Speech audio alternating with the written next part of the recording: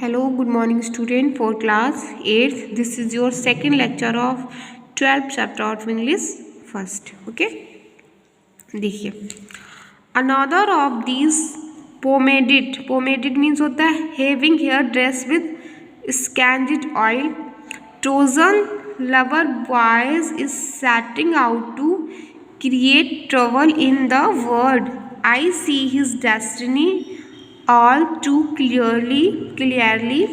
He is leading his men to Italy, where his decadents will found a new city, Rome, and Rome shall grow into a proud, powerful, and disgustingly hypocritical empire. Hypocritical क्या होता है? To faced होते हैं जिसके.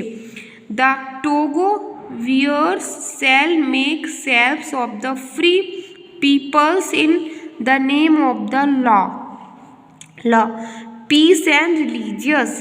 They will conquer nations and utterly destroy Carthage, the city which does more honor to me than any others. What do you know? What? पर आप क्या जानते हो? I think I will do the world's favour, कि मैं किसके favour में हूँ? वर्ल्ड के. I will spare it Rome, I will destroy it this Annie's and his fleet of ships. मैंने किसको डिस्ट्रॉय किया? इस एनीस को और उसके शिप्स को, मतलब जहाज़ों के जो बेड़े होते हैं उनको. Before they touch a land, मतलब किससे पहले? अपने, जिससे कि वो अपने लैंड को टच करते उससे पहले मैंने उनको डिस्ट्रॉय कर दिया है. नो एनीस नो रोम, अब ना कोई एनीस है ना Rome. Now blow winds blow, अब यहाँ पे जो हवा बहेगी सिर्फ मेरी बहेगी. Narrator and Aeolus king of the wind. जी इयोलॉस कौन है? जो बाइंड्स का राजा है. हियर द कमेंट, उसने ये कमेंट सुना. From the queen of heaven, कहाँ से? हेवन की रानी से. The boy did not blow, he sent a splintering stone state. Splintering means क्या होता है? Breaking off small sharp pieces. और उसने क्या किया? जो मतलब शार्प पीसेस में क्या किया? ब्रोक कर दिया उस स्टॉर्म को.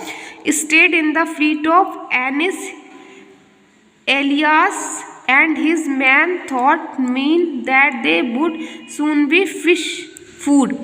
But Neptune the lord of the water, जो नेपच्यून थे जो किसके लॉर्ड हैं? किसके? वाटर के.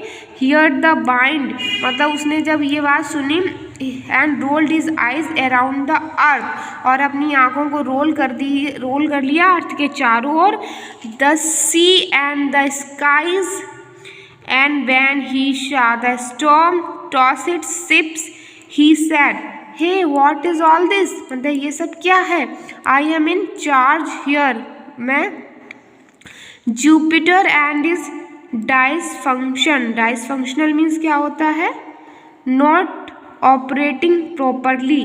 Family can do what they like up in the sky.